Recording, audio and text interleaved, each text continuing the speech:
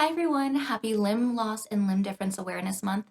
This is the second video that I'm making for this month, and I thought that what we could do is maybe do some FAQs as well as talk about some of my favorite things. Um, I've been really struggling to think of videos and things that I'd like to put out for this month. I think one of the biggest things is just, some ideas come to you naturally, and with this month, I feel like since I wasn't able to do some of these things last year, I'm really putting a lot of pressure to go and put out content for this month because it is so important. With that being said, if there's anything that you'd like me to go and make videos of, any questions you have, please go and ask. I do have a few other ideas for videos, but I'd love to do things that, people that are watching these videos have in mind. So with that being said, I have my handy dandy notebook with a few different ideas and questions that I wrote down, some that I went and looked up. So with that being said, let's go into all the questions I have. What happened to your hands? So I was actually born this way with four fingers on each hand. As you can see, I am missing my middle fingers. My dad actually was born this way as well, except he has five fingers on his left hand and then four fingers on his right hand. His middle finger actually ended up going and merging with his ring finger. So his hand is kind of similar to mine, just with it having that bend. But yeah, so I was born this way, and this is what my hands look like front and back. There actually was a gap here. So I need to double check the age I was exactly when I got the surgery done at the Shriners Hospital, but there was a gap here, and then they ended up going and stitching it together just so it would be easier for me to grab things and hold things. But I've seen some other people that have similar hands as mine that didn't get surgery, and they're able to do things just as well and function just as well. What happened to your foot or your feet? So I don't usually show my feet too often just because, hands are easier to show in videos, but feet not necessarily as much. So I'm gonna try my best. So my foot, here it is. It's not painted or anything like that. My nails are pretty bland at the moment, but I have two toes on my right foot. So right here on the side of my foot, I actually had a longer toe, and this actually got removed so that I'd be able to put on shoes on my feet and just be able to wear socks, shoes, stuff like that. So this is my right foot. My other foot, I need to take my sock off, looks like this. And as you can see, it appears more normal. Um, I think I'm just missing a toe, and one of my toes actually combined with my big toe, so it's two toes. So that's how my feet look. I'm going to insert some pictures so that you see what I looked like prior to getting surgery done on my hands and feet and what they might have looked like after. So I'll post that here. If not, I do have some stuff on my Instagram as well, if you're curious. How do you do things? And honestly, this is a question that I feel like most people with limb differences would kind of be in the same place. It's like we all learn how to adapt and do things in our own way. It's not really something we consider. This is something that we've always known. But I was thinking about it, and I'm flailing around a jar of Justin's peanut butter. But there is a few things that I do maybe have a little bit more of a struggle with, and that's usually opening jars or certain lids. And as you can see, like this is kind of how my hand looks when it's around something. And sometimes I'm able to open a lid, if it's not too tight and things like that. But sometimes there are some lids that are a little bit trickier. So I have this nice little tool. I don't know where my mom got it, but I did take it from her kitchen because she wasn't using it and I was using it more than her. But I have seen a few devices like this that you can find on Amazon. So I'll try to link some below if I can find them. But basically with this, you can put any type of size lid in it as long as it fits in here. So with this, if I was struggling, I can just push it in like that and then spin it around. And then it makes it really easy to take the lid off. So it works beautifully for that. Let's say I wanted to paint my nails, but either it's a new bottle or it's a bottle that I've been using for some time and the lid is really stuck. Some things that are a little bit smaller can be a little bit trickier to open, but this tool will also help open it as well. So there you go. This is probably one of my favorite things to use because, like I said, jars or gripping certain things can be a little bit more complicated or a little bit more difficult. So having something that's like this is super useful. My other thing would probably be shoes. So growing up, I've always liked wearing shoes that are more enclosed, more secure. So like combat boots or sneakers. And my reasoning for this is just because the way I walk and the difference in sizes between both of my feet kind of makes it difficult to find shoes that stay securely on my feet. So, combat boots, sneakers, closed toed shoes that are fitting securely on my feet and I'm able to tighten are usually my shoes of choice. I actually do have a memory from when I was a child where there was this pair of sparkly pink flip-flops, and I think they had flowers and butterflies on them. I probably was maybe in kindergarten, 5 years old or so, and I remember begging my mom to get me the pair of shoes. And I know she was very conflicted, like, she obviously wanted to give me everything that she could, but she ended up going and caving and getting me the shoes even though I wouldn't be able to properly wear them. And the memory I have is we were on the escalator and I almost made both of us fall down.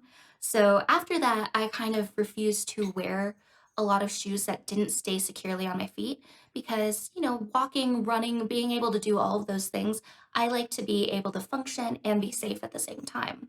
But with that being said, I have been keeping my eyes out for different types of shoes that are more accessible for my type of feet. And for the longest time, it really was a bummer because I couldn't find anything. And I honestly dislike shoes. It's been something that I've never liked.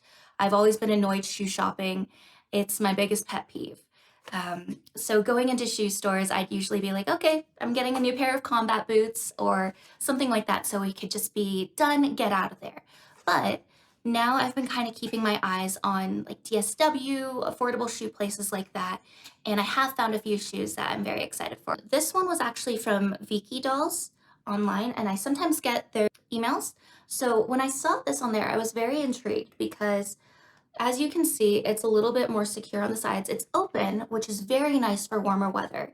Your feet aren't getting overheated or anything like that. And the thing I loved the most was that it had this Velcro on the back so that I could tighten the shoe. Because, like I said, with my right foot, it is a smaller size than my left foot. And so it makes it really difficult to find shoes that are secure and fit well on both feet. So I really liked the idea of these shoes and I did go and order them right away.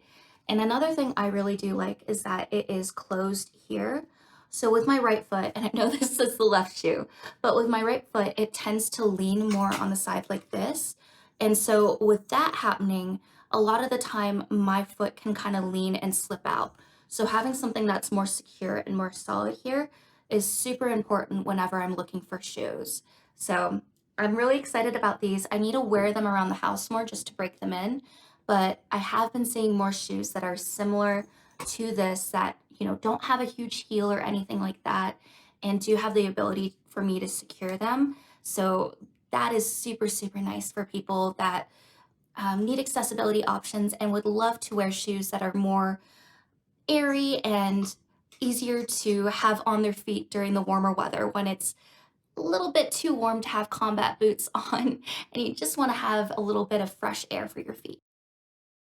So, what's it like having a limb difference? And I feel like this kind of goes along with the other question on how do I do things. And growing up with a limb difference, this is what I've always known. So, I've never known what it's been like to have 5 fingers or anything like that. This has just always been my life. And honestly, like to go off of that topic, I was talking about this with my dad the other day on the phone, and I honestly don't remember being bullied growing up. I do remember a few situations where I might have been teased or had certain comments, but Either it was the fact that I grew up in a small town where everyone knew everyone. If I talked to my parents about it, they were able to talk to that kid's parents and easily kind of like knock it out. Like I said, the real experiences I had with ableism happened more so when I moved out of my hometown and got to college. That was when I had new experiences meeting other people that had different questions that I've never encountered. So, yeah, I didn't really have bullying stuff.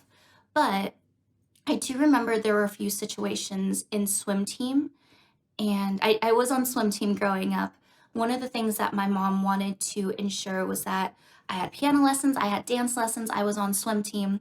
I could do anything that able bodied people could do, but with my four fingers and two toes.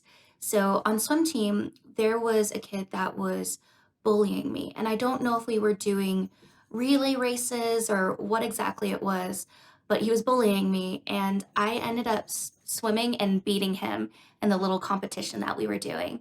And that's one of the fond memories I have to kind of look back on because I'm very much a person that likes to prove people wrong. So if they have assumptions about me and thinking I can't do certain things, it always makes me happy to go and say, like, actually, I can do this and kind of show them. So that's a little bit of information there, just if you were curious. So the next question I have, and I have to read it because they're two different questions, but I feel like they go really well together. So, do I ever wish I was able bodied with five fingers?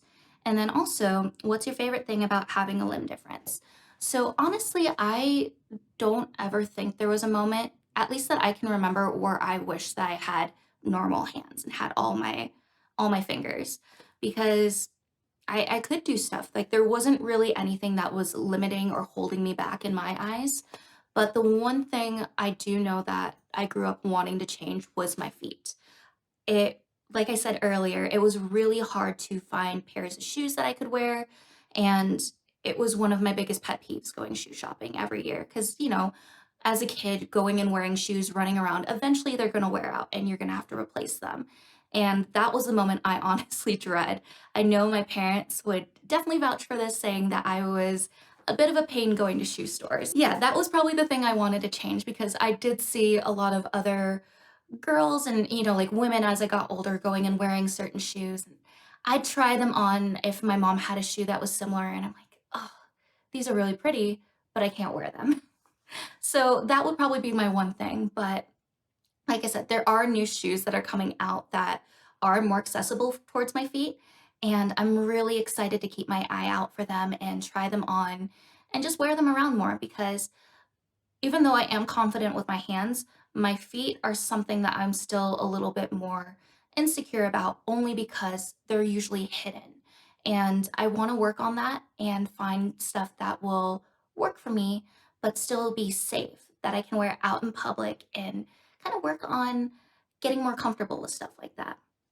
So then on to the next question. My favorite thing about having limb differences is honestly getting to meet you. When I came out about my story with having limb differences and being different, I got to meet this amazing community and so many other people that were talking about their limb differences. And it was my favorite thing, getting to go and make those connections and getting to go and comment and say, like, hey, I've experienced this too, or hyping them up, saying, like, heck yeah, I'm so proud of you for going and speaking out.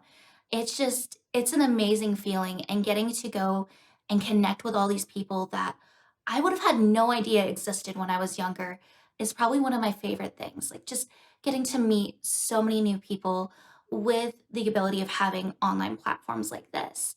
So, definitely one of my favorite things there. Were there any books that I was able to read growing up for limb differences or things like that? And to be honest, there were not. I was an avid reader, as you could see in one of my other videos. I have shelves of books. I've always loved reading books, but yeah, one of the big letdowns has been that there wasn't a lot of disabled books that I could go and read with representation, that I could go and relate to a kid and say, like, hey, that kid looks like me. Um, So that was a big bummer. But one of my favorites to this day is still Stand Tall Molly Lou Melon. And although it's not a limb different book, it is a book where there is a child that is smaller, has bigger eyes, has some unique differences in her appearance that she gets bullied for.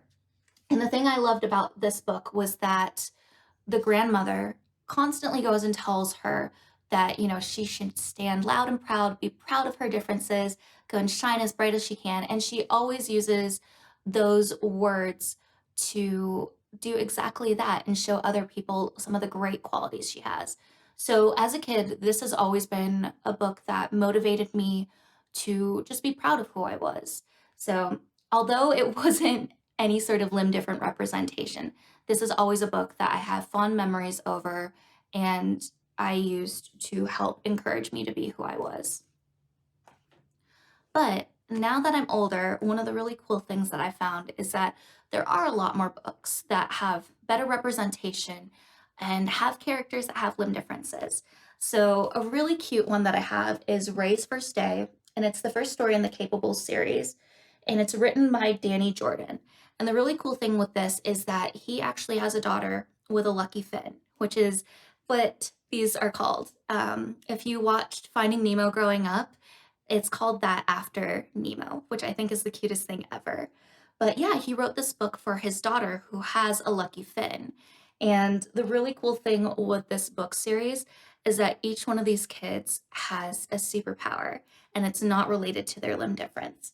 So it's absolutely adorable. Here you can see some of the pictures and it's in a comic format. And he does have other books. If you're interested in that, I would definitely recommend checking out these books.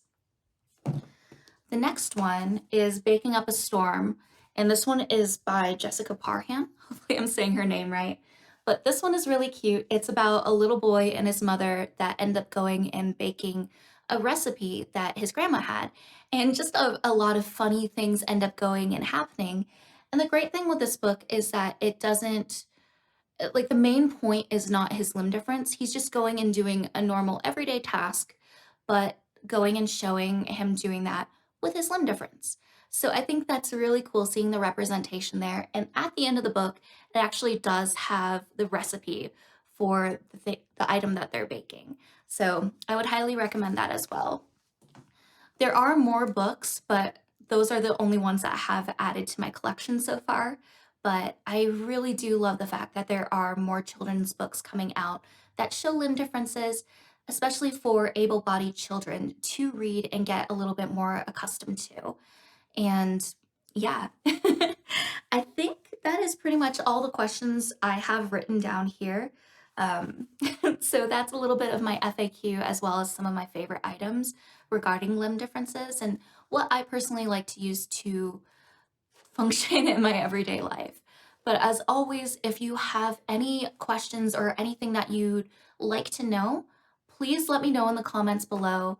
I would love to go and read them and maybe make a future video explaining or answering some of this stuff. Um, this month, like I said, is super, super important, and I want to do my part going and bringing representation out there and helping to show how worthy and capable people like me are. I hope that you all have a great rest of your day, rest of your month, and I'll see you in the next video. Bye, everyone.